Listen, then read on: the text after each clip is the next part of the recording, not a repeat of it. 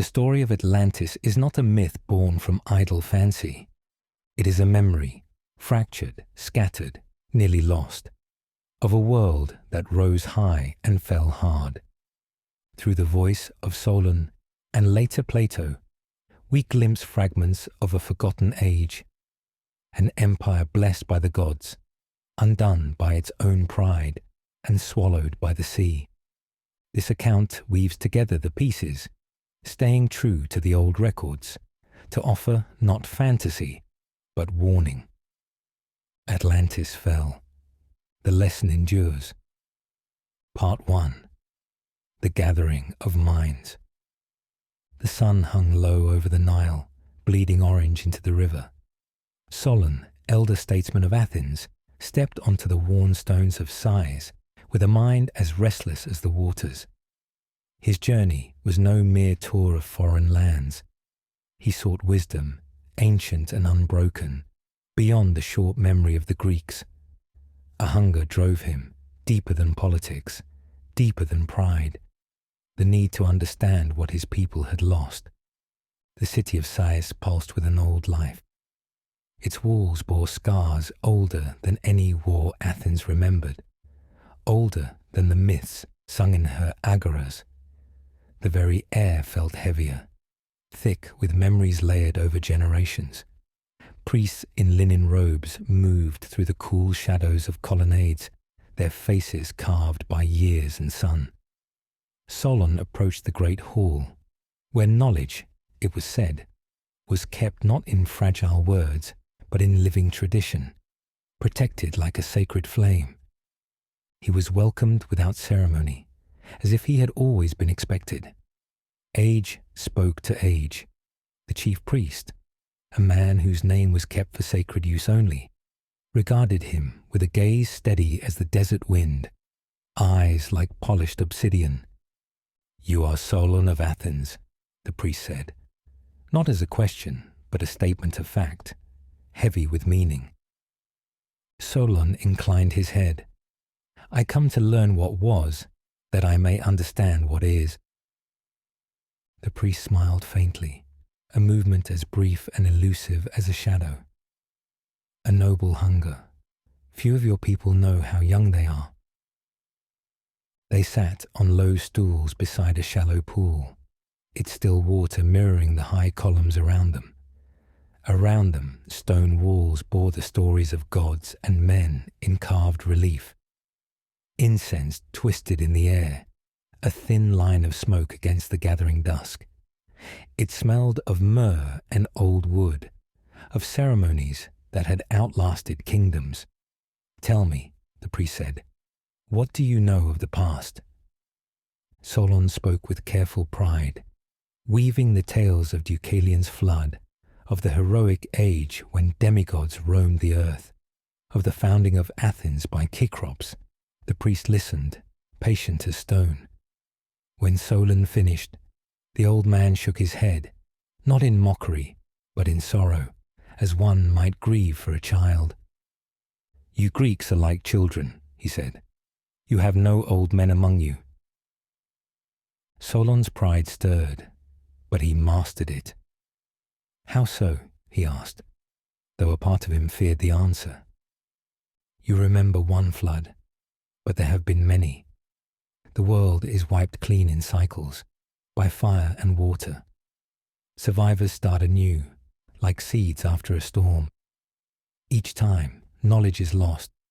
Each time, memory is broken and must be painstakingly rebuilt." Solon leaned forward, the stones cool beneath his sandals. "And you remember what we have forgotten?" "We do," said the priest. "Here, knowledge is preserved, not in scrolls alone, for scrolls burn. It lives in our rites, our buildings, our very blood." Solon's heart quickened. "Tell me." The priest's voice dropped lower, threading into the deep silence of the hall. The torches flickered, shadows dancing across the stone. "Long before your city was founded, before even the names of your gods were spoken, there was a mighty power in the Atlantic Sea, an island empire greater than all before or since. A silence fell, heavy and expectant. Solon tasted it like iron in the air, the weight of a hidden truth pressing down on him. Atlantis, the priest said. The name struck Solon with the force of a blow. It resonated in his bones, a sound both new and ancient. The priest continued. It lay beyond the pillars you call the gates of Heracles, a vast land rich in every blessing of nature, fertile fields, endless forests, rivers that ran silver. Kings rose there under the guidance of the god Poseidon, who shaped the land with his own hands. Their rule was just at first, and mighty beyond compare. They commanded peoples across islands and continents, forging an empire of unrivaled glory. He paused, studying Solon's face, before speaking the next words. But, the priest added, his eyes narrowing like a falcon's, with time, they fell into greed and pride. Their hearts, once tempered by divinity, grew coarse. They forgot the balance they had once honored. They sought to conquer beyond their right, to enslave what should have remained free. And Athens, Solon asked, breathless, sensing a deeper link. There was, in those days, an Athens greater than your memory holds, a city of brave, simple people, strong in spirit, wise in governance. Alone, they stood against the Atlantean tide. Their courage turned back the invaders when all others fell. The old priest rose and moved to a wall where an ancient fresco showed battles between men of bronze and men of gold, their weapons flashing, their faces stern. He traced the lines with a careful hand, the images blurred by time but still potent. The gods judged Atlantis, he said. In a single day and night of misfortune, earthquakes and floods consumed the land. The island sank into the sea, and the memory of it faded from all but the oldest souls. Solon sat in stunned silence, his mind spinning. The priest turned to him, his expression grave. "Will you carry this story home?" he asked. "I will," Solon said, though he barely understood the task's true weight. It felt like holding fire in his hands, a burden and a gift. The Nile's wind hissed through the columns, a whisper of long-dead empires. Above them, the first stars pierced the sky, silent witnesses to the fragile, stubborn memory of mankind. The constellations shifted slowly, eternal markers to the fleeting struggles of men. The gathering was over, but Solon knew, with a certainty that chilled and thrilled him, that his journey had only just begun. The story of Atlantis would demand more than mere retelling. It would demand everything he had to give. Part 2. The Lost World Revealed. The hall dimmed as the last light of the sun surrendered to night. Torches cast long, trembling shadows along the carved walls, and the hush between Solon and the priest grew heavy. Solon leaned forward, every nerve sharpened to listen, sensing that what he was about to hear would change his understanding of the world forever. The priest began again, his voice steady, rich with the cadence of remembered truth passed from generation to generation. "Atlantis," he said, tasting the word as though it carried a weight of its own. A realm vast and blessed, lying beyond the pillars of Heracles. The sea surrounding it was once clear and navigable, not the wasteland of shallows and mud that now bars passage to the greater ocean. He gestured to a map carved into the stone floor. Though weathered by centuries, Solon could make out faint outlines of continents and seas, traced by hands long since dust. Atlantis was larger than Libya and Asia combined, the priest continued. Its kings commanded an empire that stretched to other islands, parts of the opposite continent, and even over portions of Libya as far as Egypt, and Europe as far as Tyrrhenia. Solon stared at the map, feeling the limits of his own world shrink in his mind. The Greece he knew was a sliver compared to the sprawling dominions of Atlantis. "And how did they live?" he asked, his voice barely above a whisper. "In harmony at first," said the priest. "Poseidon, their patron, divided the island among his 10 sons, giving each dominion over a portion, yet establishing one supreme king to govern all. They built a city at the island's heart, surrounded by alternating rings of land and water, a marvel crafted by divine hands, so perfect that even the gods admired it." The priest spoke of the center island, where Poseidon had shaped the earth around the hill of his beloved Plato. There the first royal palace had risen, brilliant with metals unknown to modern man, orichalcum, second only to gold in value, and shimmering like fire under the sun. The island was rich beyond reckoning, he said. Fertile plains stretched vast and even, nourished by gentle rains and canals drawn by wise hands. Herds of elephants roamed free, alongside countless other beasts. Orchards groaned under the weight of their fruit. Streams ran sweet and clear, abundant with fish and fresh water. He described the Atlanteans' mastery of engineering, bridges that spanned the watery rings, temples that reached toward the heavens, harbors that thrived with countless ships bearing goods from distant lands. Solon listened, half believing, half doubting. He had seen wealth, cities, armies, but nothing to match what the priest described. The scale was staggering. Their people were strong and virtuous, the priest said, honoring the divine part of their nature. They scorned possessions, held friendship above gold, and bore their prosperity lightly, regarding wealth as a trust, not a right.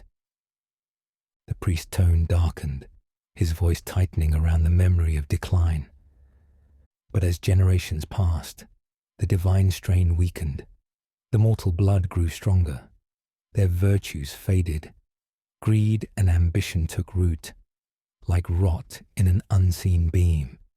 They thirsted for more land, more tribute, more power. He looked at Solon sharply, his eyes reflecting the flicker of the torchlight. And so they turned their gaze eastward. Solon's breath caught. Toward Egypt, toward Greece. The priest nodded. They swept outward in force, a flood of warships and armies, seeking to subjugate the free peoples of the Mediterranean. Their ships darkened the sea, their warriors overwhelmed islands and coastlines alike. He paused, letting the weight of that fall between them like a sword thrust into stone. And it was then that the ancient city of Athens, older by far than your memory claims, rose in defiance. Alone, she stood against the Atlantean host. Solon's heart stirred at the thought, a flicker of pride mingled with awe. And what happened? The priest moved to another fresco, where warriors clashed under stormy skies. He traced the figures with reverence, showing spearmen bracing against cavalry, hoplites holding firm against overwhelming tides. The Athenians fought with a courage that shook the world. Though outnumbered, they prevailed. They freed the lands under Atlantis' shadow, saving not only their own city, but many others from slavery and ruin. Solon stared at the fresco, at the fierce-eyed men with shields and spears, frozen forever in battle. A glimmer of their ancient spirit seemed to reach across the ages to him. "And Atlantis?" he asked. The priest's expression grew grave, the lines of his face deepening. Their hubris offended the gods. They had strayed too far from their divine origin. Zeus, king of the gods, summoned a council on the highest peak of Olympus. There, amidst thunder and trembling earth, he declared their doom. He spread his hands wide, as if encompassing the entire hall, the very world. In a single terrible day and night, Atlantis was struck. Earthquakes raged, splitting the ground. The sea swallowed the island whole. Ships vanished beneath monstrous waves. Fields were torn apart. Cities crumbled and slid into the abyss. The priest's voice lowered, becoming almost a chant, heavy with sorrow and reverence. The land, once so proud, disappeared beneath the water, leaving only a vast shoal of mud where a mighty empire had been. The ocean was made impassable, a graveyard of silt and ruin. The torches flickered as if stirred by the ghosts of that lost world, and the shadows deepened around them. Solon sat back, the blood pounding in his ears, the enormity of the story washing over him. "And all this is remembered here?" he asked, his voice hoarse. "It is," said the priest, "carried in our rituals, our stones, our tongues, and our bloodlines, so that the fall of Atlantis and the greatness of Athens would not be lost to the hunger of time, as so much else has been." He fixed Solon with a gaze that seemed to see beyond him, as though measuring his worth. "It is your task now, lawgiver. Carry it back. Plant it in your people. Let it take root once more. Let memory, once stirred, awaken the soul of your nation." Solon bowed his head, feeling the enormity of the burden settle onto his shoulders like a cloak of iron. He was no longer merely a traveller.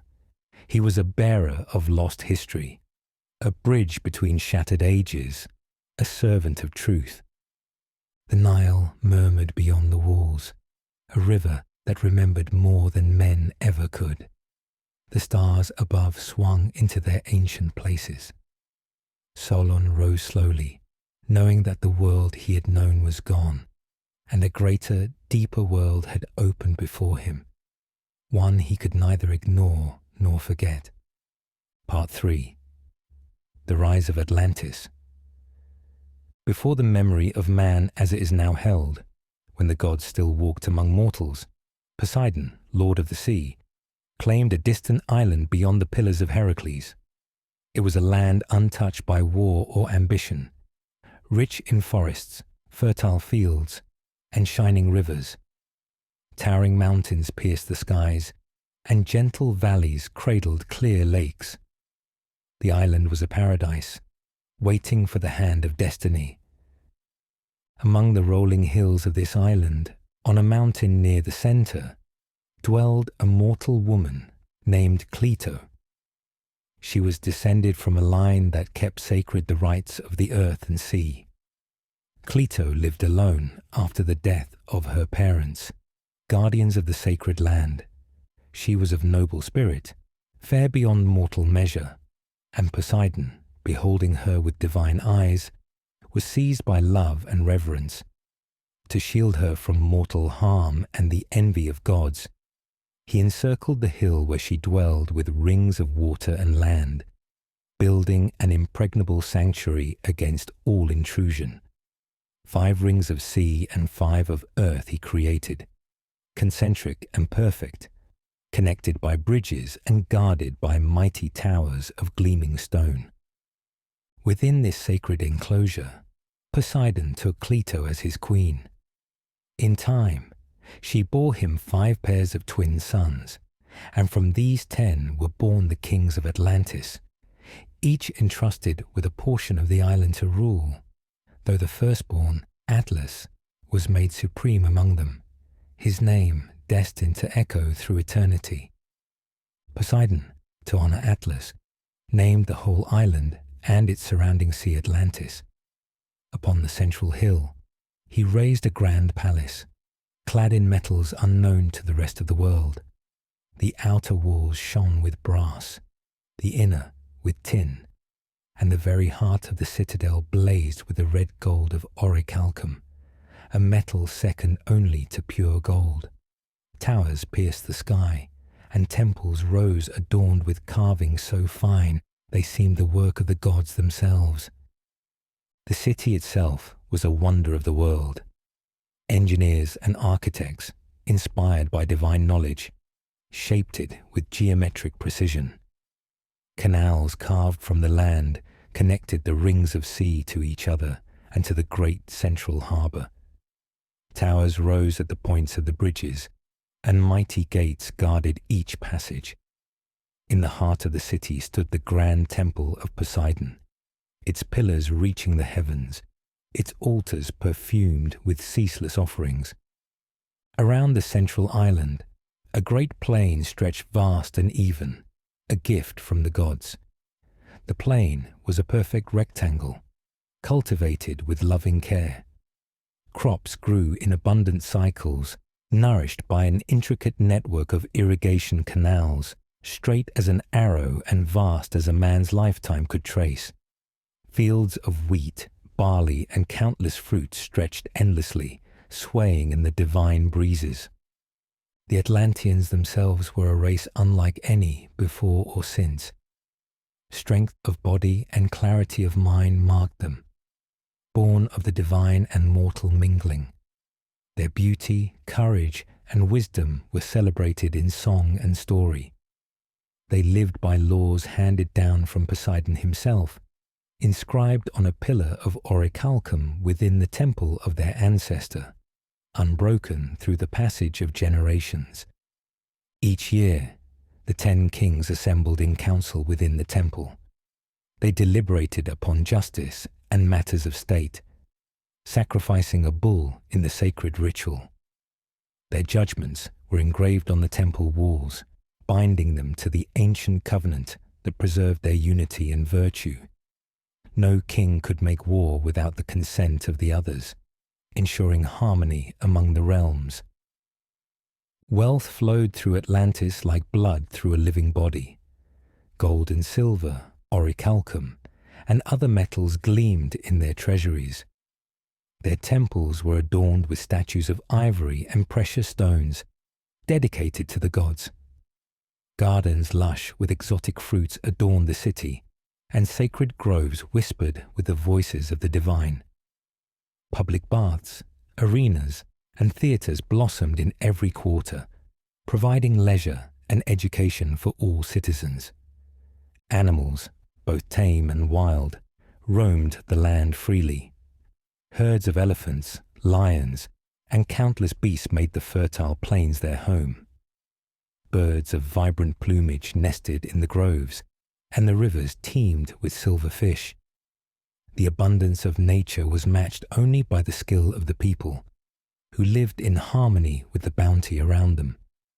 Their navy was a marvel. 1,200 ships stationed in grand docks, protected by a triple wall of fortifications. Warriors trained from youth, skilled in both land and sea warfare, ready to defend or conquer as fate might demand. Merchant fleets crisscrossed the seas, bringing exotic goods, rare spices, and knowledge from distant lands. Yet in these early generations, conquest was not their goal. Justice, honor, and gratitude toward the gods guided them. They valued wisdom over wealth, strength tempered by compassion, and the rule of law above the hunger for dominion. Festivals and ceremonies filled the calendar, each a reminder of the sacred duties owed to the divine. It was a golden age, an age when men still remembered their kinship with the divine, when the blessings of the gods walked hand in hand with mortal enterprise. Under Atlas and his brothers, Atlantis flourished beyond the imagination of later ages.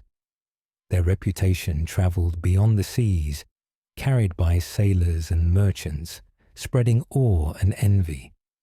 In the evenings, the kings and their counselors would ascend the central hill to the temple of Poseidon and Plato. There they would offer prayers and sacrifices, thanking the god who had given them the land, the laws, and the order that made their greatness possible.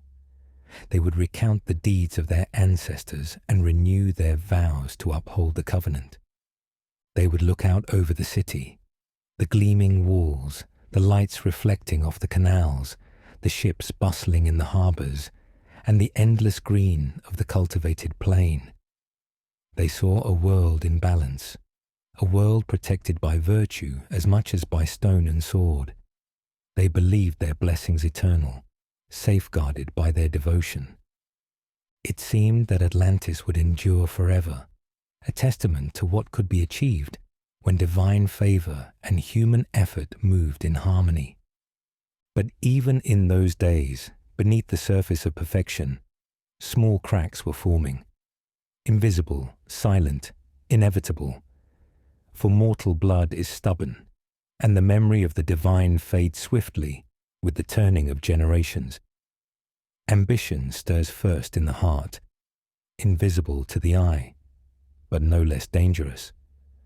For now, though, Atlantis stood in its glory, a beacon of power, beauty, and wisdom, unmatched by any other realm under heaven, a masterpiece of divine and human craft that the world would never see again.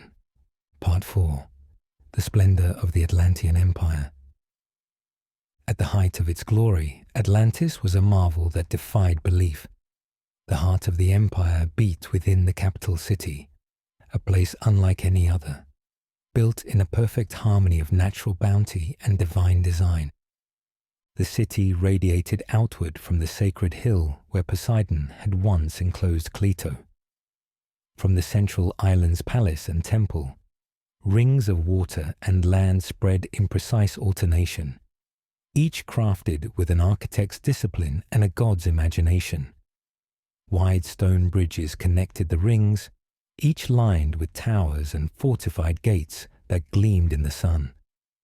The walls encircling the city were wonders in themselves. The outermost wall, built of red, white, and black stone, quarried from the island, shimmered with veins of natural color, polished to a glassy sheen. Within these walls, the Atlanteans adorned every available space with carvings, murals, and inscriptions, scenes of gods and heroes, of battles fought and alliances sworn. Inside, the city thrived in organized splendor. Streets ran straight and wide, paved with stone, bustling with merchants, craftsmen, and citizens. Great colonnades shaded marketplaces where goods from across the empire were exchanged. Spices, exotic woods, rare metals, fruits unknown to the outer world. At the center stood the grand temple of Poseidon. It towered above all, a structure both immense and exquisitely detailed. Its roof was of ivory, its walls inlaid with orichalcum and precious stones. Inside, a statue of Poseidon driving 6 winged horses dominated the temple, carved from a single block of gleaming orichalcum. Worshippers came from every province to lay offerings before it, seeking the favor of the Sea Lord, who had birthed their nation. Public buildings stood tall and proud, armories, stables, naval arsenals, and halls of governance. Athletic grounds and stadiums were filled daily with competitions honoring strength, speed, and skill. For in Atlantis, excellence in all things was considered divine service. Beyond the capital, the plains stretched wide and fertile. Farms were laid out in perfect order, divided into 10,000 square stadia plots managed by appointed stewards. Crops grew thick in their seasons: golden wheat, rich barley, fruits heavy with juice, vegetables vibrant and nourishing. The land's bounty was gathered and distributed with a precision that kept hunger and unrest at bay. The mountains, too, were harnessed. Rich with minerals, they yielded metals that fed the Atlantean crafts: iron for their weapons, gold and silver for their treasuries, orichalcum for their temples and royal works. Mines dotted the highlands, each a hive of controlled activity. Port cities ringed the island, each designed with the same geometric care. Docks, shipyards, and warehouses lined the harbors, filled with fleets that could transport armies or goods at a moment's call. Merchant vessels loaded with exotic wares sailed to and from distant lands, bringing knowledge, wealth, and power back to Atlantis. The people lived well. Their homes, built of stone and timber, stood tall and orderly. Even common citizens enjoyed comforts unknown in other parts of the world. Fresh water flowed through aqueducts. Public baths offered cleanliness and respite. The arts flourished. Musicians, sculptors, and poets filled the city with beauty and life. Justice was swift and measured. Courts governed by the laws set down by Poseidon ensured fairness among all classes. Corruption was rare, and dishonor was a stain few dared risk.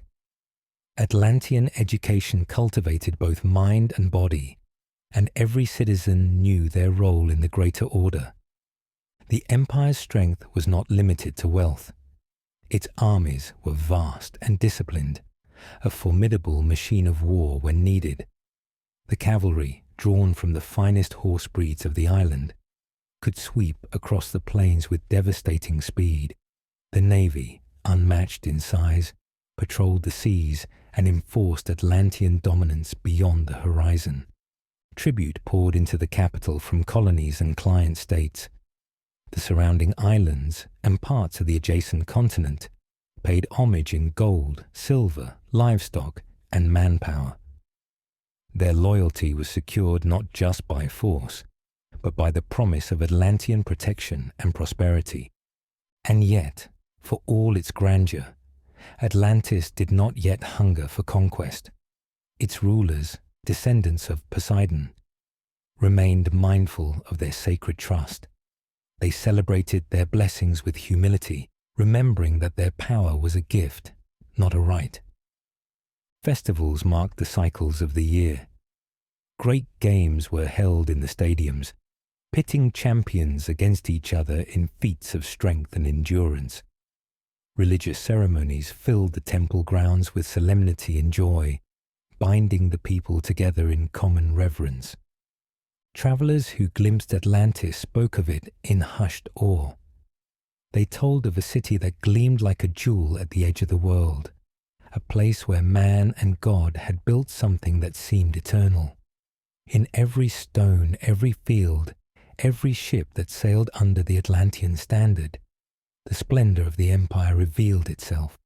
It was a civilization at the pinnacle of its promise, unmatched, unthreatened, and seemingly invincible. But as the priest of Sais had warned Solon, splendor alone is not enough to preserve a people. Beneath the surface of prosperity, seeds of change, imperceptible at first, had already begun to sprout. Even the brightest flame, if left untended, may burn itself out. For now, though, Atlantis reigned supreme, a beacon to all who dreamed of a world shaped by wisdom, strength, and divine favor. Part 5. The Laws of Poseidon. Atlantis's greatness did not arise from wealth or military strength alone. Its foundation was law, a code born from divine command, shaped to preserve virtue amid prosperity. At the heart of their society lay the ancient laws of Poseidon, carved in sacred orichalcum and displayed in the great temple on the central island. Each king, each citizen, was bound to these laws, and through them, Atlantis had been tempered into a realm of order and justice. The kings of Atlantis, 10 in number, descended from Poseidon's mortal sons, ruled their separate provinces but were united in council. Once each year, they assembled in the temple of Poseidon and Plato. There, by tradition, they began their council with a solemn sacrifice. A bull, chosen from the sacred herds, was hunted by each king with spear and noose, without iron weapons. After offering prayers, the bull's blood was spilled over the altar, and its carcass burned in reverence to the gods.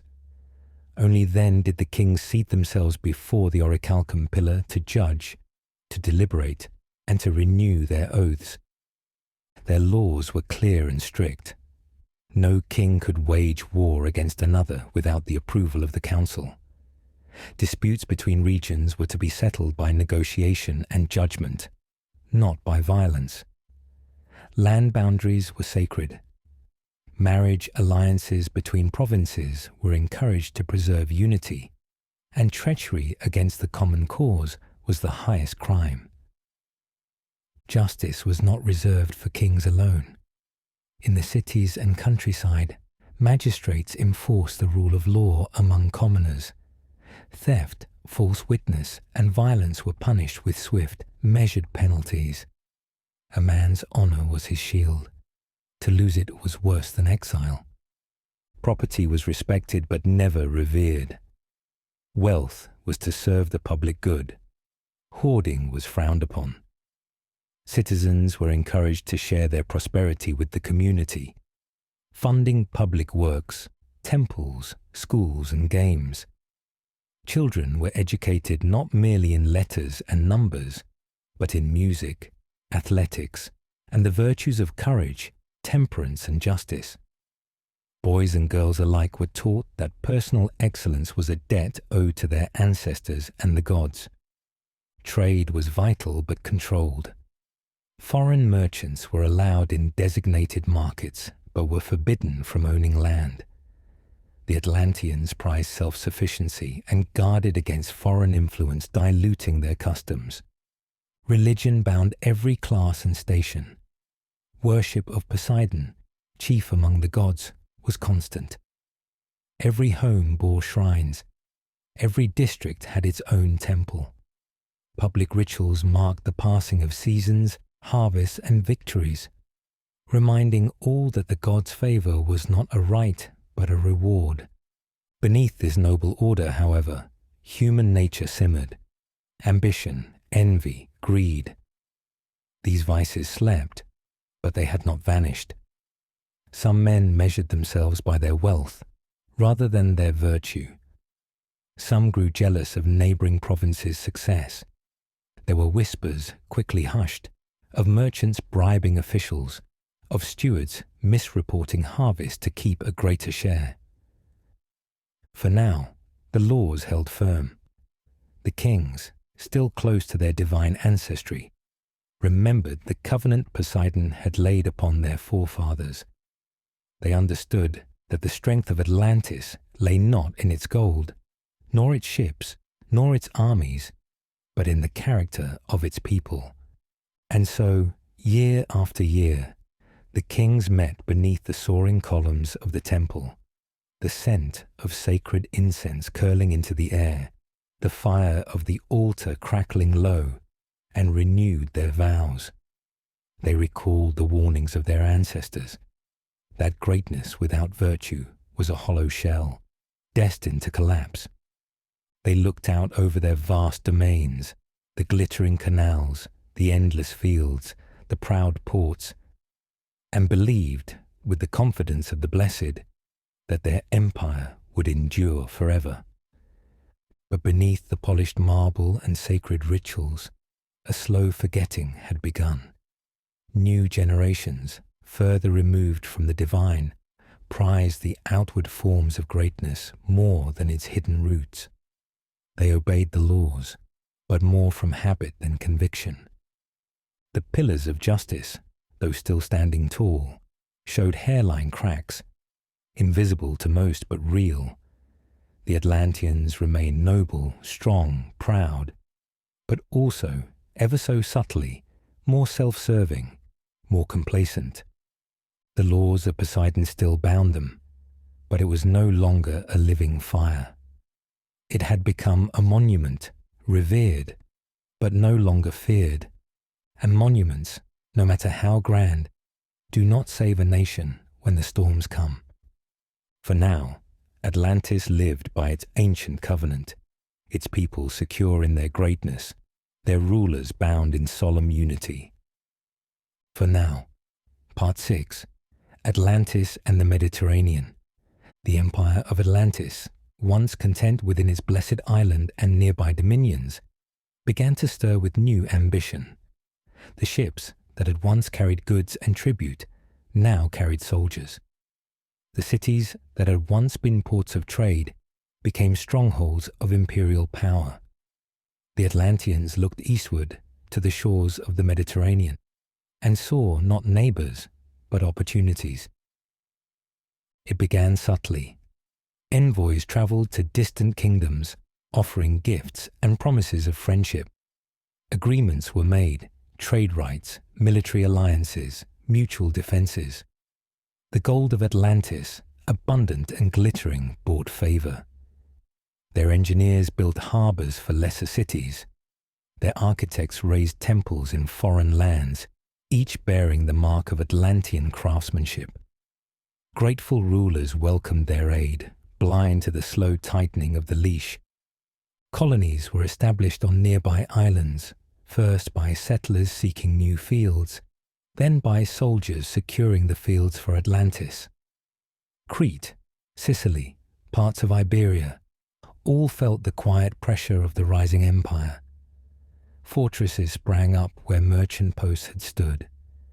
Garrisons followed merchants, and priests followed garrisons. The Atlanteans called it stewardship, protection, guidance. And in the beginning, it seemed a blessing.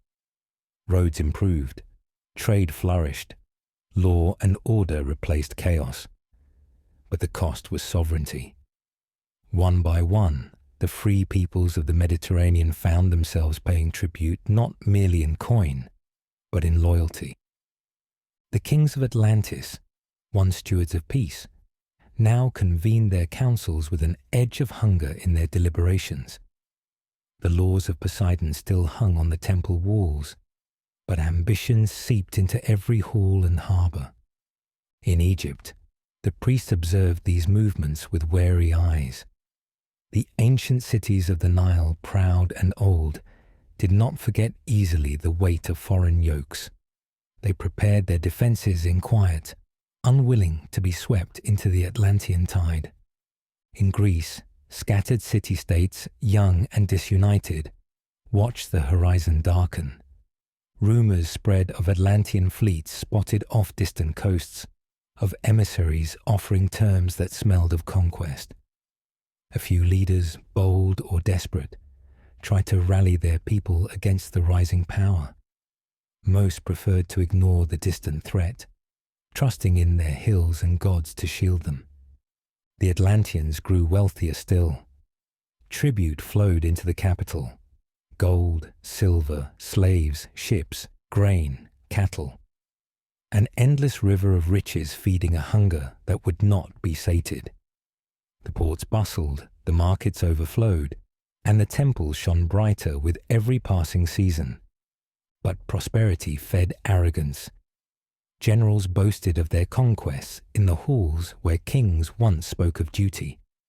Merchants grew fat and careless, lording over the native peoples they were meant to guide. Governors taxed harshly and ruled with cruelty under the banner of Atlantis. Resistance flared in the outer provinces. Uprisings, small at first, flickered into life. In some places, local rulers who had once welcomed Atlantean aid now plotted rebellion. The kings dispatched armies to crush dissent, and the flames were smothered, for now. Yet every revolt, every broken oath, widened the unseen crack in the empire's foundation. Among the common Atlanteans, pride in their civilization shifted into contempt for others.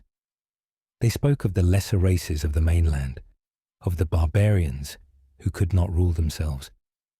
Their sense of superiority, once tempered by reverence for the divine, became a weapon of scorn. In their temples, the prayers for wisdom grew shorter, the prayers for victory grew louder. The balance that had sustained Atlantis for generations tilted, almost imperceptibly, toward tyranny. And yet, within the empire, the signs of this change were easy to ignore. Festivals grew grander. Games and contests drew larger crowds. Ships returned with exotic animals, rare spices, new wonders to dazzle the citizenry. Atlantis, from within, seemed invincible, a shining citadel at the center of a world bending to its will. But from without, resentment simmered. Old kingdoms remembered their former glory. New alliances formed in secret. There were places where the banners of Atlantis were torn down, burned in anger. Places where the name of Atlantis, once spoken with awe, was now a curse. The kings, seated upon thrones of orichalcum and ivory, heard the reports of unrest. They debated how far to extend their grasp, whether to press further eastward, to take all of Libya, all of Europe. Some argued for caution, for restraint. Others, younger and thirstier for fame, urged bold conquest. In the end, pride triumphed. Atlantis would not be content to rule merely islands and scattered coasts. It would claim the world, as was fitting for those descended from gods. They did not see, or chose not to see, the slow rot at their core. They did not remember that Poseidon's laws demanded balance, demanded humility. They had mistaken their blessings for entitlements, their power for invincibility. Thus did Atlantis, empire of wonders, slip further along the path of hubris, casting its long shadow across the Mediterranean. The stage was set. The world held its breath. And beyond the pillars of Heracles, storms brewed. Part 7. The hubris of the Atlanteans. The Atlanteans, once noble heirs to divine legacy, began to change. It was not a sudden corruption, no violent break from their ancient virtues. The rot crept slowly, almost invisibly, as generations passed. With each season of abundance, with each conquest across the seas, the descendants of Poseidon grew further from the source of their greatness. At first, it showed itself in small ways. Where once they had built temples in honor of the gods, now they built monuments to themselves. Statues of heroes, kings, and generals towered beside shrines. Poets sang less of virtue and more of glory. Soldiers, once defenders of justice, became agents of ambition, their swords quicker to strike than to shield. Wealth, once a tool of service, became an idol. Merchants flaunted silks dyed in the rarest colors, rings of orichalcum, and necklaces heavy with gemstones from the corners of the earth. Great houses sprawled across the plains, each vying to outshine the next in size and splendor.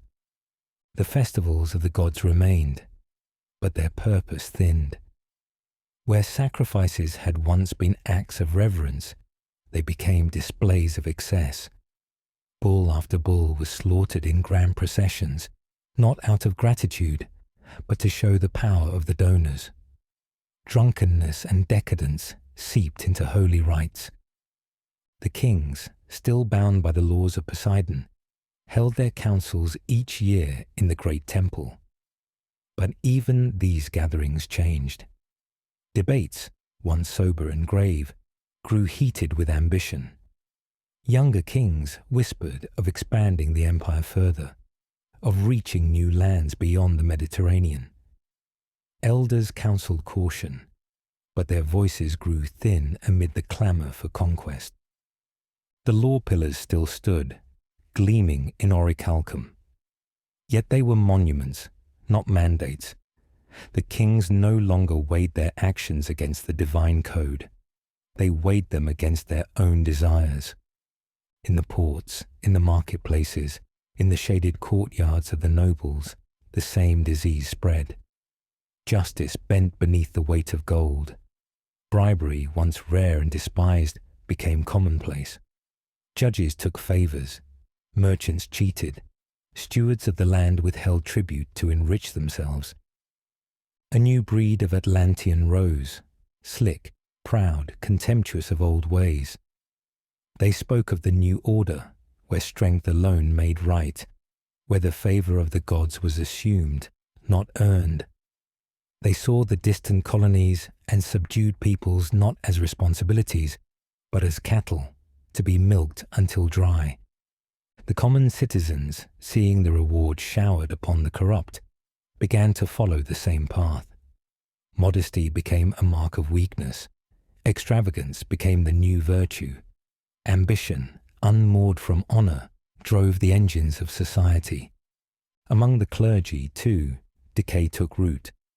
Priests, once the custodians of wisdom, now sold blessings to the highest bidder. Oracles gave favorable prophecies in exchange for gifts. Temples swelled with riches, but their altars grew cold in spirit. The gods watched. Poseidon, ancient father of Atlantis, beheld the slow unraveling of his people. From his realm beneath the waves, he saw the arrogance of his descendants, their disdain for the covenant he had laid down. He heard prayers not of gratitude, but of greed, prayers asking for victories, for wealth, for dominion over others. He saw temples raised in his name, yet hollow at their core. He saw kings who bore his bloodline defile the earth he had given them with wars born not of defense, but of conquest. It was not anger that stirred in Poseidon's heart, but sorrow, a deep, bitter sorrow. For he had crafted Atlantis with care, with hope, believing that here, at last, mortals could live in harmony with divine order. But mortal blood is a restless fire, and even the children of gods cannot escape its pull. The kings of Atlantis, emboldened by their successes, called for new campaigns. Egypt, Libya, even distant Greece. They spoke of bringing all these lands under Atlantean rule. Their fleets, vast and unmatched, prepared to sail. Their armies, seasoned by smaller wars, were eager. They did not see that their strength was hollowed from within. They mistook their towering walls, their glittering ships, their countless treasures as signs of eternal favor. They did not see that the gods, once their guardians, now turned their faces away. And so, the Atlanteans, drunk on pride, crossed the threshold from greatness into hubris. They had been a people blessed beyond measure. They had been given land rich beyond imagination, laws carved by a god, wisdom tempered by ancient understanding, and they had squandered it. Now, judgment waited, as sure as the rising of the tide. Unseen by mortal eyes, the heavens gathered in silent council. Forces older than stone, older than sea or star, stirred in the deep places of the world. The fall of Atlantis had begun. Part 8. The challenge to Athens. While Atlantis grew decadent beneath its towers of gold and marble, another power stirred in the east, not in opulence, but in virtue. Athens, ancient beyond the memory of its later descendants, stood in quiet strength. It was not the Athens of Pericles, not the city of philosophers and theatres, but an earlier, purer city, founded in an age when men lived closer to the gods and shaped their lives by the simple laws of necessity and honor.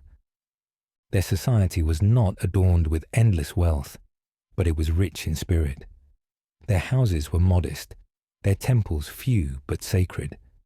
They lived without excess, cultivating their minds and bodies with equal care. Courage, wisdom, moderation and justice were not lofty ideals.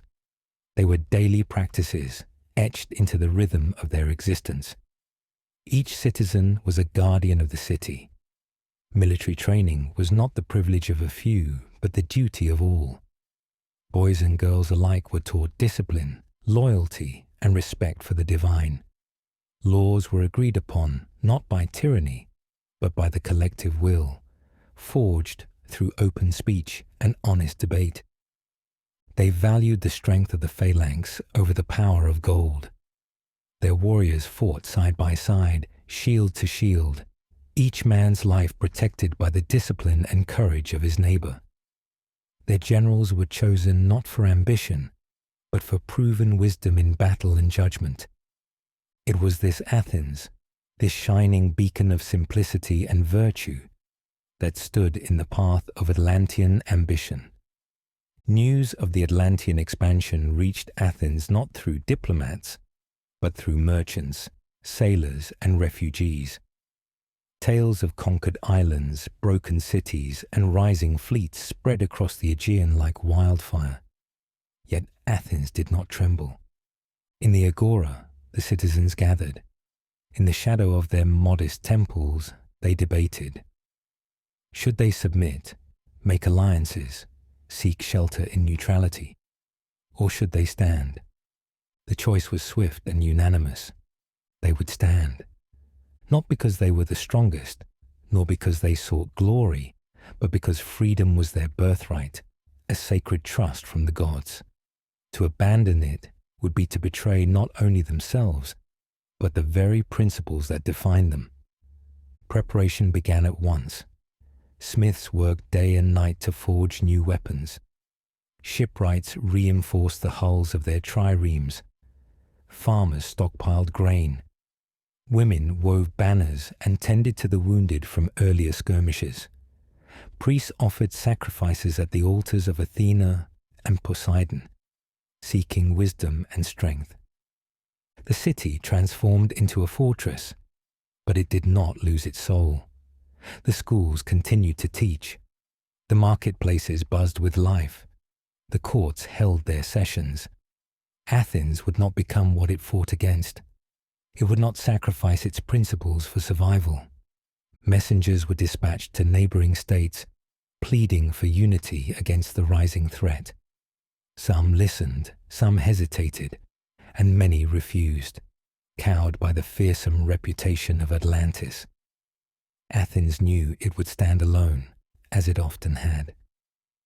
When the first Atlantean envoys arrived, clad in armor that flashed with polished orichalcum, bearing gifts and promises of peaceful submission, they were received with courtesy and sent away with firm rejection.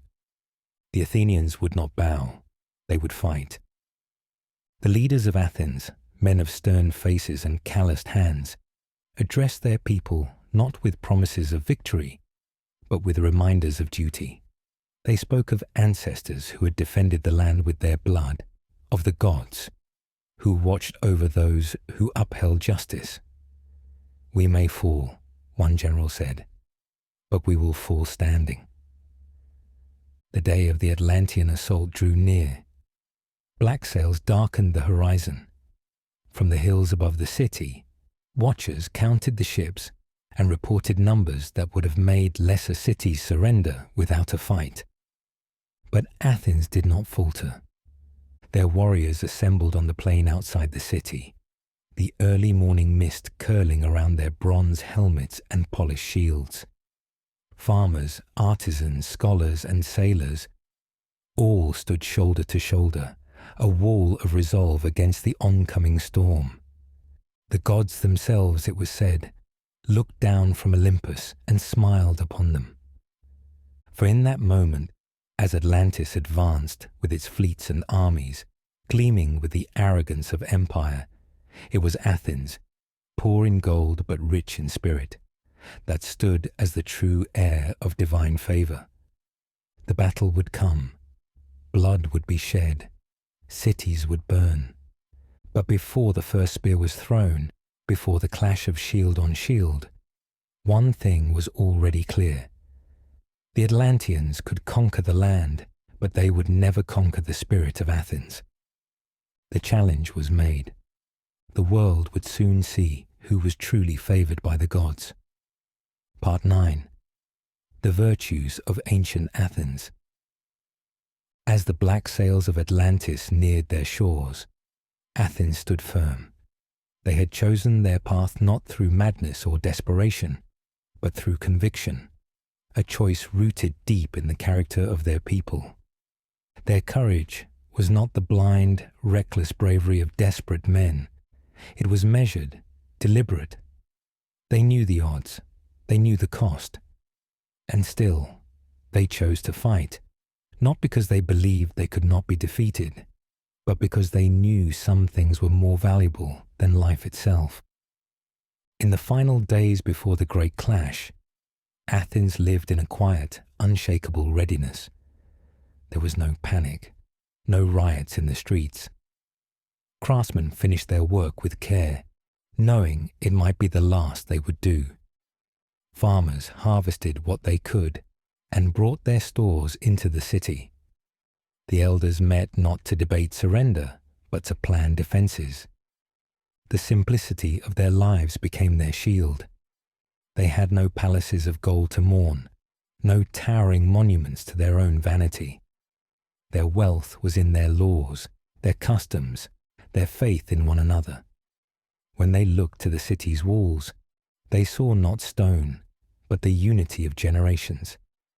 Athens was not without its flaws.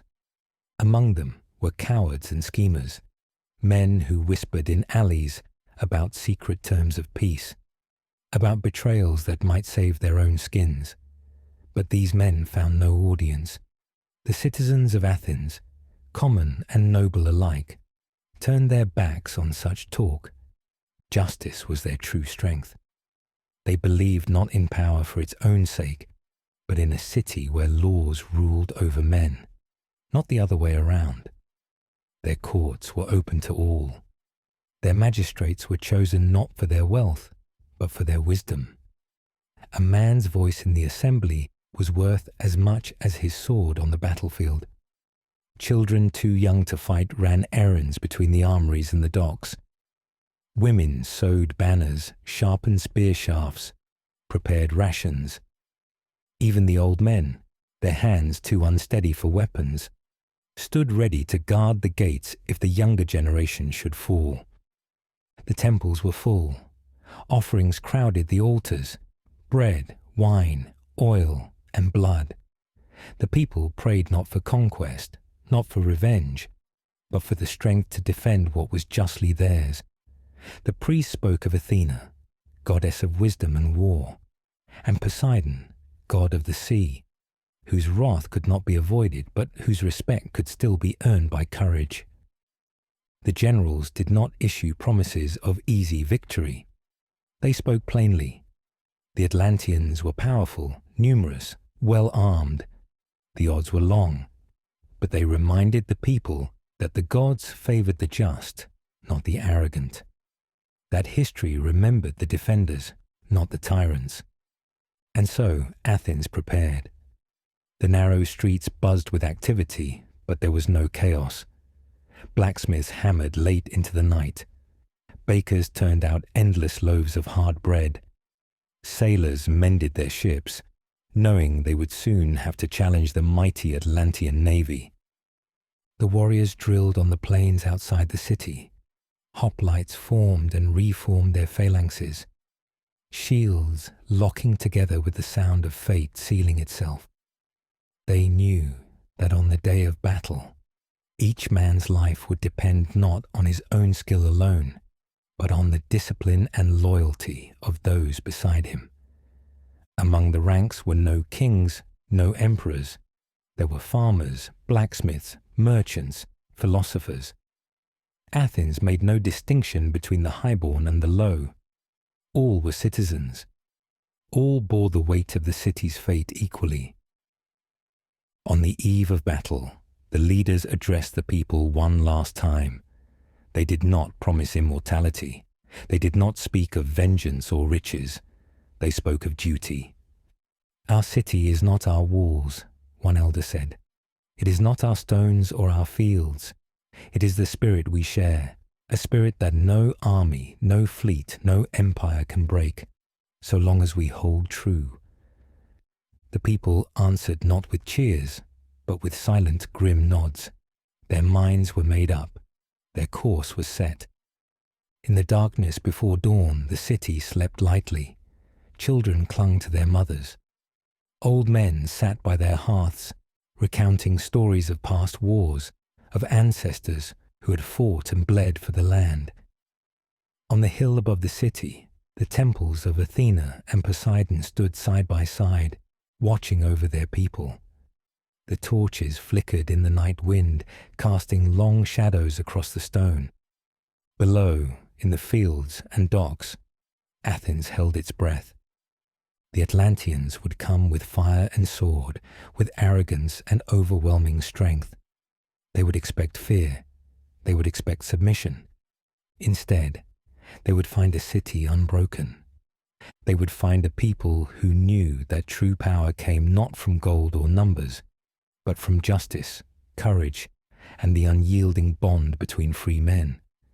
They would find Athens, and the world would remember. Part 10. The Clash of Civilizations.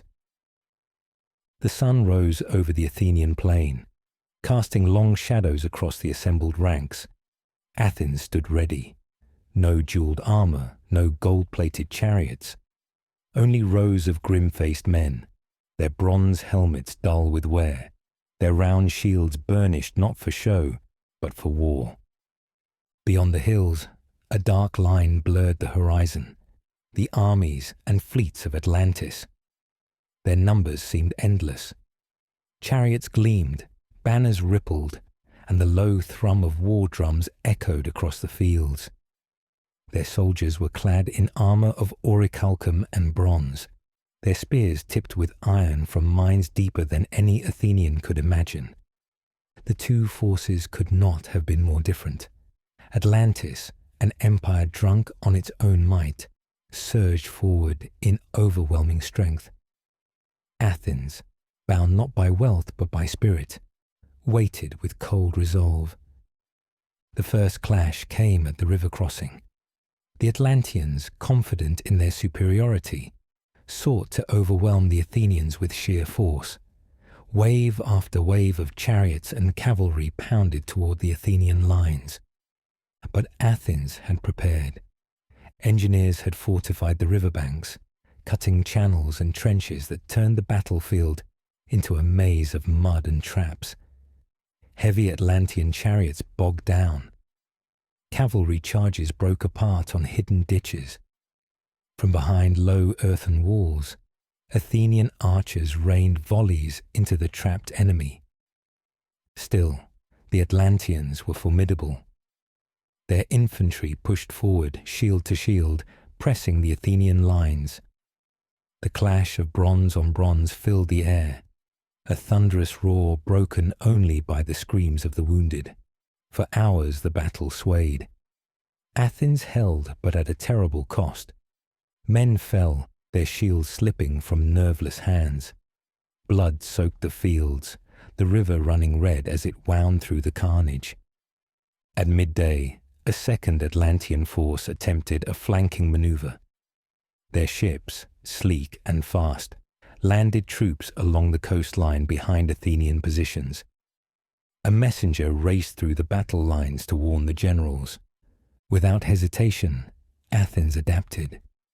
A reserve force of spearmen and marines turned to meet the new threat.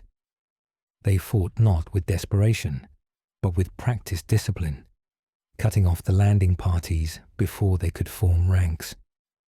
The narrow, rocky beaches became killing grounds where Atlantean soldiers, trained for open-field battles, found themselves trapped and slaughtered. As the sun dipped low, the tide of battle began to shift. The initial Atlantean assault had been blunted, their numbers battered against the unyielding Athenian wall. Still, they regrouped for a final assault, determined to crush the defiant city. Their generals ordered a massed attack. All remaining infantry, cavalry, and chariots were thrown into a single, overwhelming charge. Athens met it head-on. The hoplites locked shields, spears bristling in deadly ranks. The ground trembled with the force of the impact, men staggering, falling, dying. Yet the line held. Inch by inch, the Athenians pushed back. And then, at the center of the field, a gap opened in the Atlantean ranks. Too many chariots jammed together, too many troops packed tight without space to maneuver. Seeing the weakness, the Athenian generals seized the moment. A wedge of hoplites drove into the breach, splitting the Atlantean army in two. Panic spread among the invaders. Commands were lost in the chaos. Units broke apart, retreating toward the river or back to their ships. The proud banners of Atlantis, once symbols of invincibility, fell into the mud. The Athenians pressed the advantage with ruthless precision. Archers cut down the fleeing. Cavalry units harried the disorganized enemy flanks. By nightfall, what had begun as a certain Atlantean victory had turned into a rout. The fields outside Athens were littered with the dead. Warriors from both sides lay together in the cooling twilight, their blood soaking into the same earth. In the aftermath, the Athenians did not celebrate. There were no triumphant parades, no boasts of conquest. They gathered the fallen, honored both friend and foe, with rites to the gods, and burned funeral pyres that lit the sky for miles around. Atlantis had been humbled, but not destroyed. Their fleet, though bloodied, remained a threat. Their pride, though wounded, still burned. And the Athenian generals knew this was not the end. It was the beginning of something greater and more terrible. For in the heavens, beyond mortal sight, the gods watched. They had seen the virtue of Athens. They had seen the arrogance of Atlantis, and they had decided the time for judgment had come. The clash of civilizations had been fought and survived. The clash of fates was yet to come. Part 11. The Divine Judgment. High above the mortal world, upon the summit of Olympus where no cloud dared linger, the gods assembled. The earth itself seemed to hush in their presence. The air shimmered with power. From distant corners of creation they came, gods of sky and sea, of earth and underworld, summoned by the will of Zeus, king of all. They gathered in solemn array, not with mirth or revelry, but with the weight of justice pressing upon them. For the deeds of men had reached their ears, and not all were pleased. Zeus sat upon his throne of thunderclouds, his hand resting lightly upon the scepter of kingship, his gaze piercing the veil of time and space.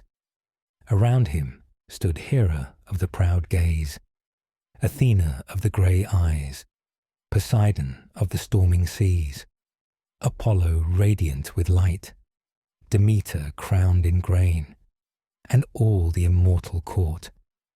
Before them rose the spectre of Atlantis. Once it had been a land of wonder, a testament to the harmony between mortal striving and divine blessing. Poseidon himself had nurtured it, shaping its hills, guiding its rulers, gifting them laws that might endure the ages.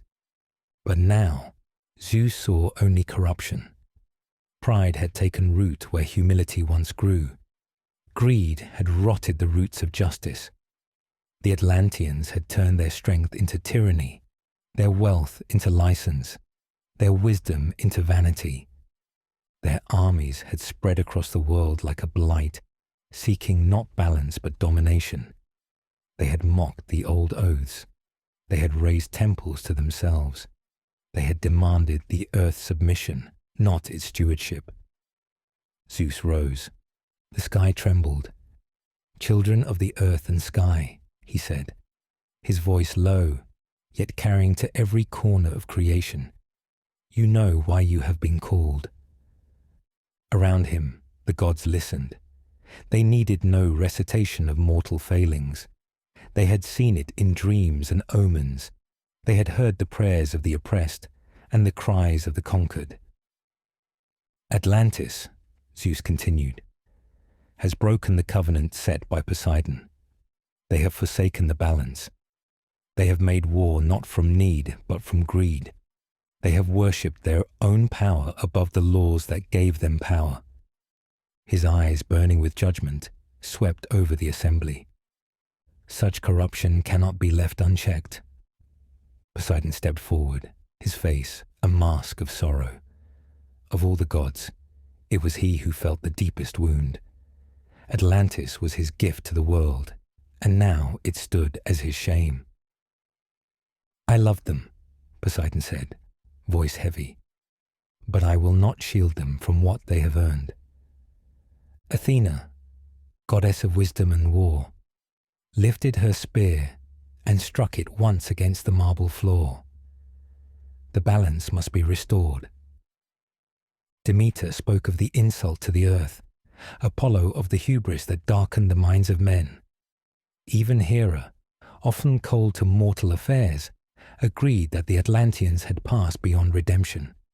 There was no dissent. Zeus raised his hand. The clouds thickened. The stars blinked out. The earth shuddered in its bones. "Then let it be done," he said.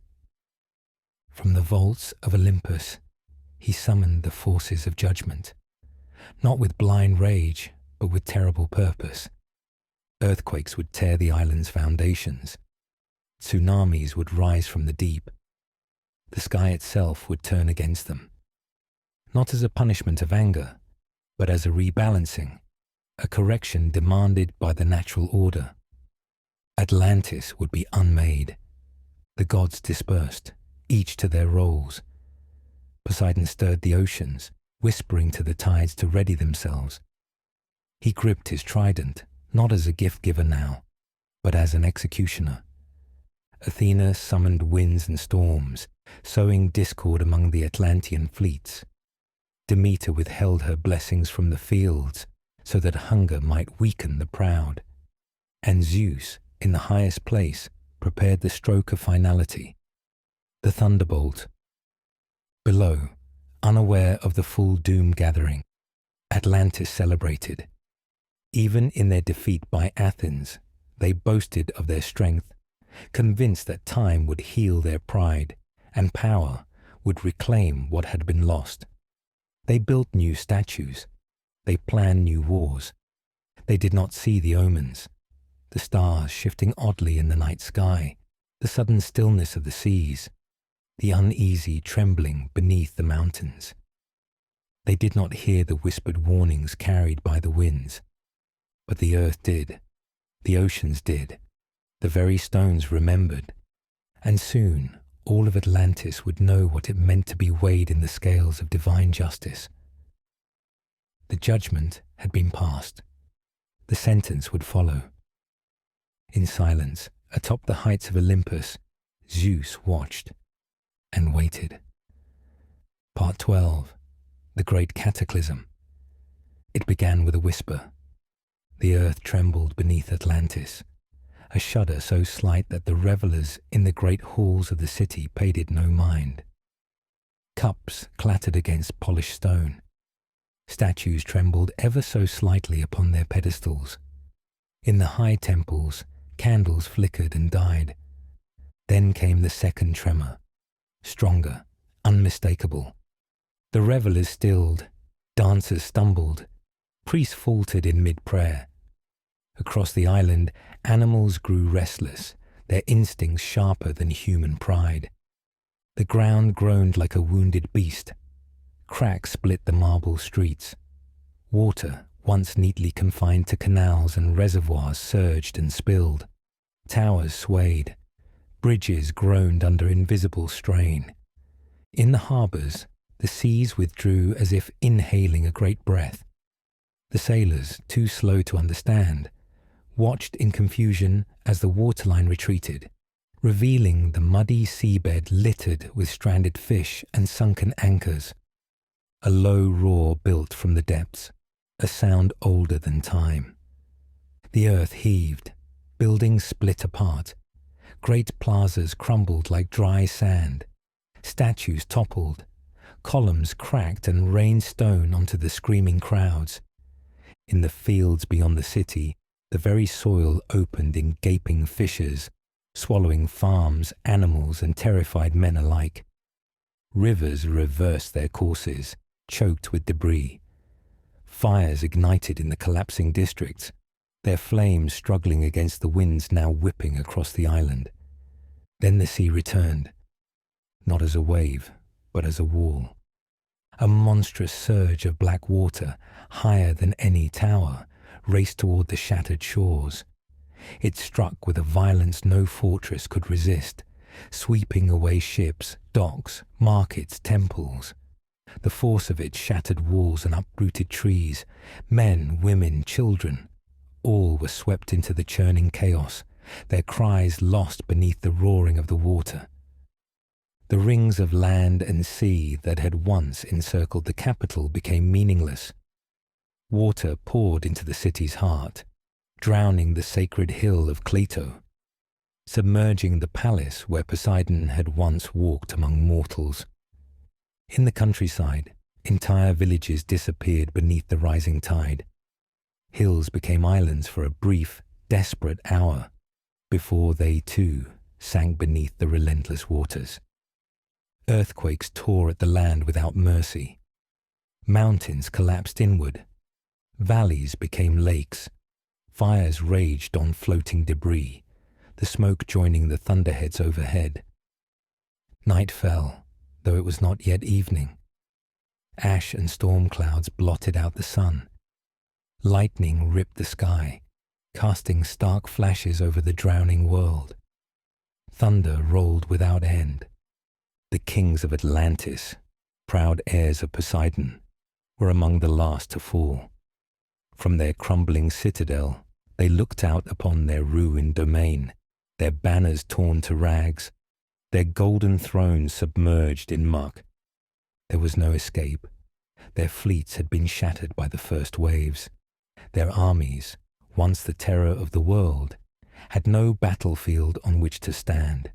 Their prayers, once so bold, found no answer. In their final moments, they understood what they had become. Not rulers, not stewards, fools. The island shook with a final thunderous groan. Great cracks split its foundations.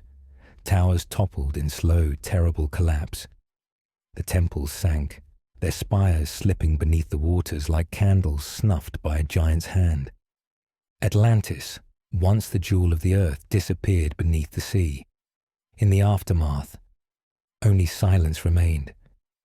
The ocean smoothed its surface as if erasing a blemish. Where once there had been cities, fields, forests, and mountains, there was now only a vast, featureless expanse of water, stirred by the soft hiss of fading waves. Nothing of Atlantis remained visible. Ships that dared sail beyond the pillars of Heracles found only a muddy, shallow wasteland, where proud Atlantis had once ruled. The seas were treacherous, littered with wreckage and the bones of the drowned.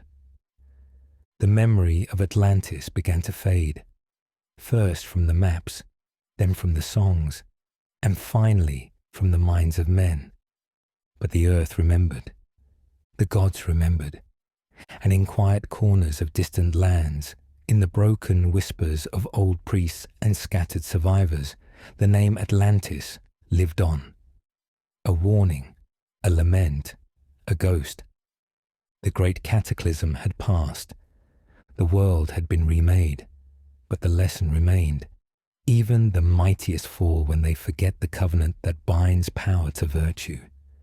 Atlantis was gone, its fate eternal. Part 13.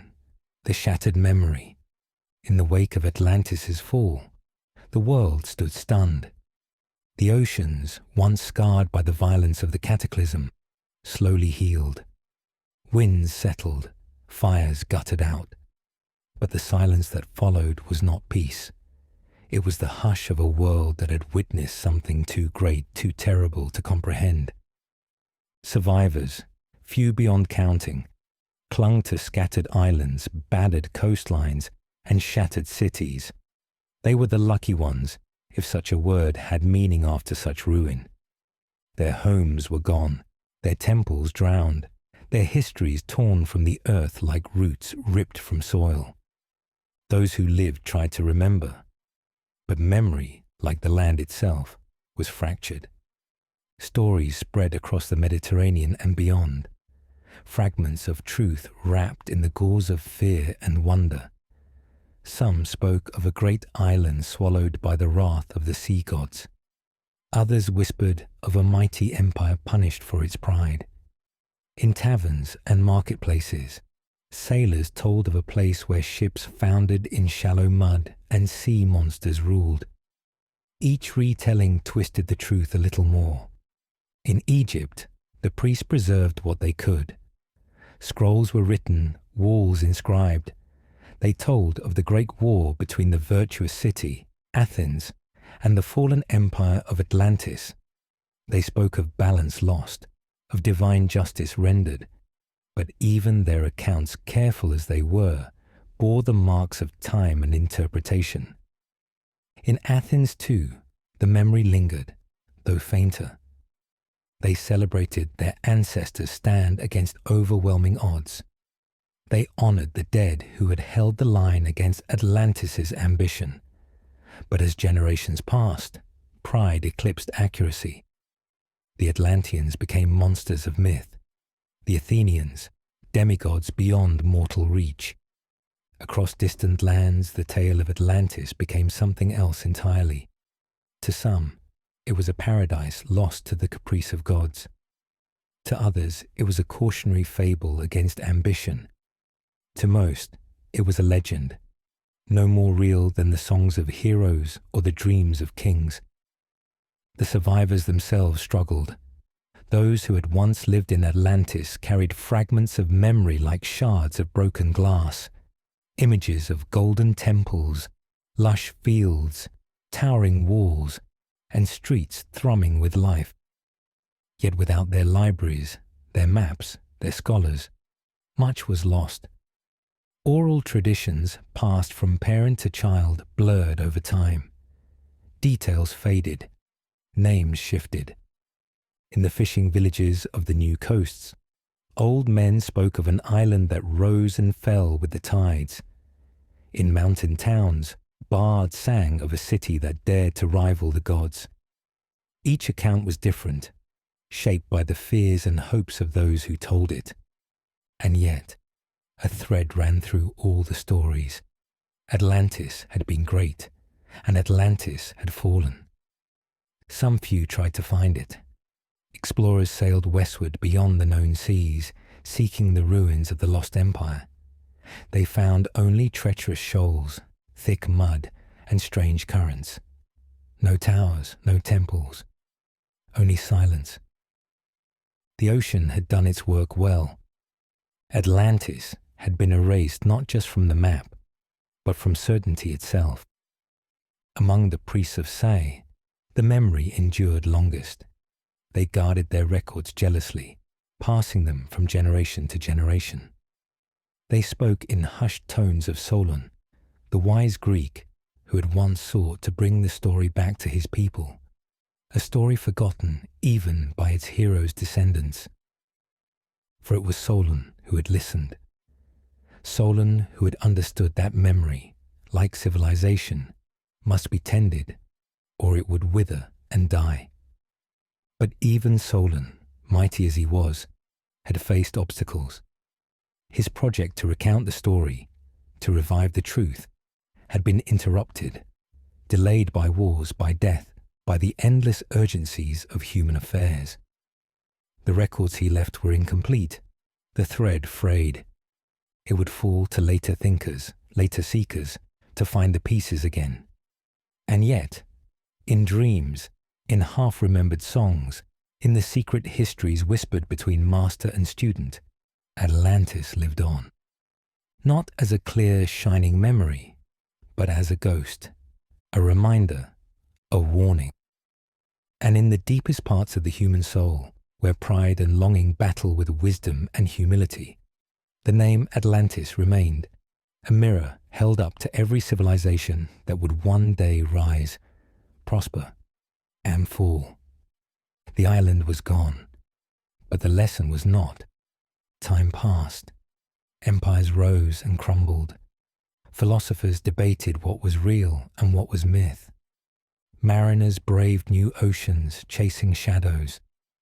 And always, somewhere beyond the edges of certainty, Atlantis waited, a lost world glimpsed only in the fading light of memory.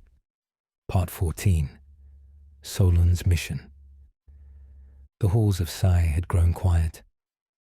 Solon sat alone in the great chamber where the priests had first spoken to him of Atlantis. Before him lay a collection of scrolls, fragments of histories recorded in careful hieroglyphs, guarded for countless generations. The brazier burned low, casting long shadows that danced across the ancient stones. He had listened, he had learned, and now he bore a burden heavier than any law or treaty he had ever forged.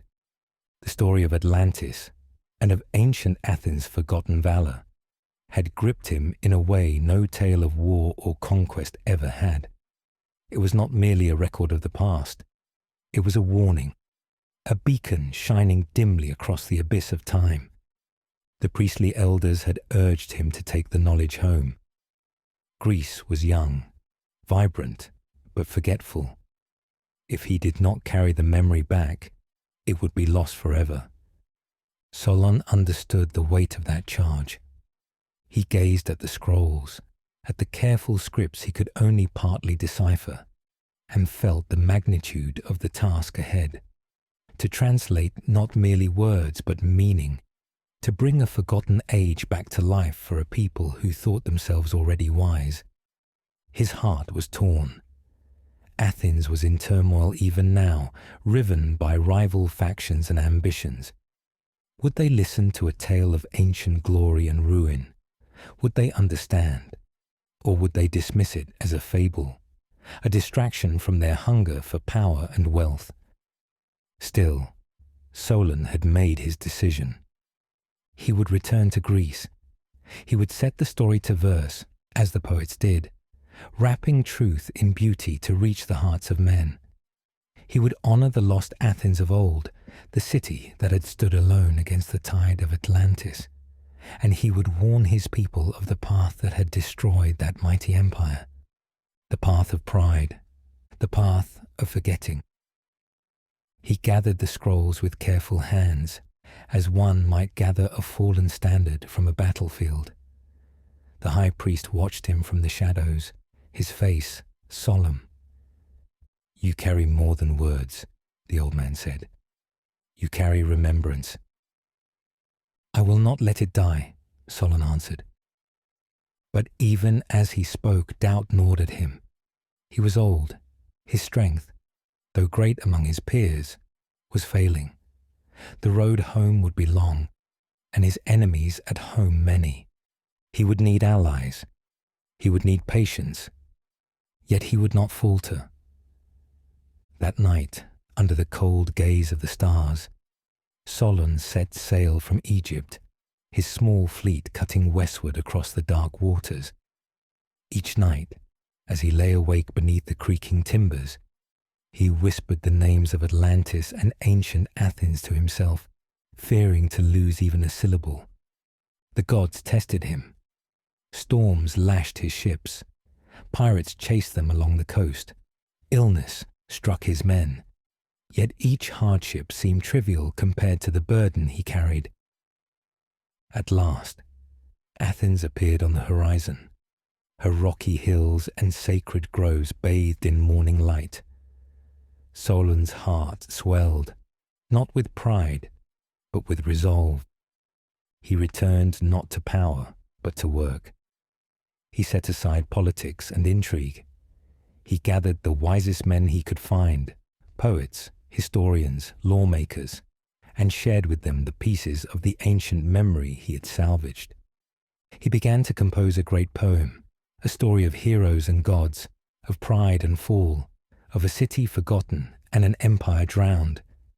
He worked tirelessly, shaping each verse not merely to entertain, but to teach. But time, as ever, was merciless. Conflict at home demanded his attention. Reforms were needed. Peace had to be secured. The demands of state pulled him from his work, and the story, the precious, fragile story, remained incomplete. Yet he did not despair. He entrusted the fragments to his descendants, urging them to continue what he had begun. He knew that truth, once planted, could grow even in the stoniest soil. And so the memory of Atlantis passed from hand to hand, slipping through generations, sometimes nearly lost, sometimes distorted, but never entirely extinguished. Centuries later, in another Athens, an Athens of marble and philosophy, a man named Plato would hear echoes of Solon's mission. He would gather the pieces, he would tell the story again, and through him, the voice of Atlantis and of the ancient Athens that defied it would speak once more. Solon did not live to see the full fruit of his labor, but he died knowing he had done what he could. He had carried the flame of memory across the dark waters, and though the winds of time might bend it, they would not extinguish it, not entirely. Part 15. The Legacy of Atlantis. The sun slanted low through the colonnades of the academy as Plato listened, his mind weaving the final threads of an old, unfinished tale. Critias spoke slowly, reverently, piecing together what fragments remained. The memory of Atlantis, its splendor, its ambition, its fall, was not a story for entertainment. It was a mirror. "Let none among us," Critias said, "imagine that virtue is secured by wealth, or strength, or pride. Atlantis had all these, and it fell." The listeners, young philosophers, skeptical statesmen, old scholars, sat in silence, the weight of the words settling over them like dusk. Atlantis had risen high, more favored than any land before or since. It had been gifted fertile fields, endless wealth, divine bloodlines. It had laws handed down by gods, wisdom etched into its very foundations. And yet, it had decayed. Slowly, invisibly, inevitably. It was not foreign enemies that doomed Atlantis. It was itself. Pride turned stewardship into domination. Wealth bred arrogance. Power became an end, not a means. The Atlanteans forgot that greatness was a burden of responsibility, not a trophy to flaunt. They forgot the gods. They forgot humility. And when the test came, they were hollow. Critias spoke of Athens too, the ancient, purer Athens, now all but forgotten even by its descendants. A city that had stood against Atlantis, not with grand armies or treasures, but with courage, justice, and unity. It was not numbers that saved them, Critias said. It was character. Plato, listening, understood. Civilization was not stone walls or gilded temples. It was the unseen fiber binding men together in trust, in duty, in shared reverence for what was greater than themselves. Atlantis had seemed eternal. So had many empires after it.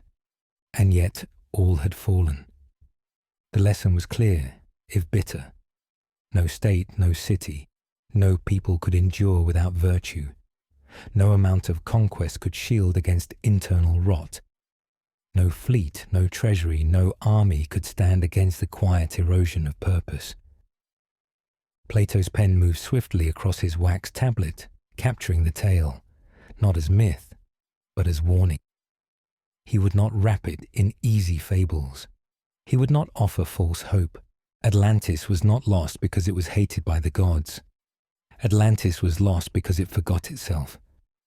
The world would rise and fall again. Cities would flourish, then crumble. Men would build palaces, raise armies, carve their names into stone, only to be washed away by the slow, patient hand of time. Unless they remembered. Unless they learned. Critias's voice faded into the evening. The young men filed out quietly, their faces somber. Only Plato remained, staring into the gathering dusk. He thought of Solon, long dead, who had carried the fragile ember of memory across dark waters. He thought of the priests of Sais, guarding their records against oblivion. He thought of the countless souls of Atlantis, nameless now, swallowed by the sea. Their story was not lost, not yet. He would preserve it, not to glorify the past, but to illuminate the future, to remind his city, his students, his readers that no greatness was immune to failure, and that the truest foundation of any society was not walls or wealth, but the hard daily practice of virtue. Atlantis had ruled the seas. It had bent the earth to its will. It had dared to defy the order of things, and it had drowned. In the end, the waves had closed over Atlantis, not out of cruelty, but out of necessity. The world itself demanded balance, and Atlantis had lost it. Plato dipped his stylus again, engraving the final thought. Excess brings ruin. Only in temperance does true strength endure. Outside, the stars began to kindle in the darkening sky, cold and eternal. Atlantis was gone, but its shadow stretched forward across the centuries, across every city yet to be built, every empire yet to fall. A warning, clear as thunder across a forgotten sea.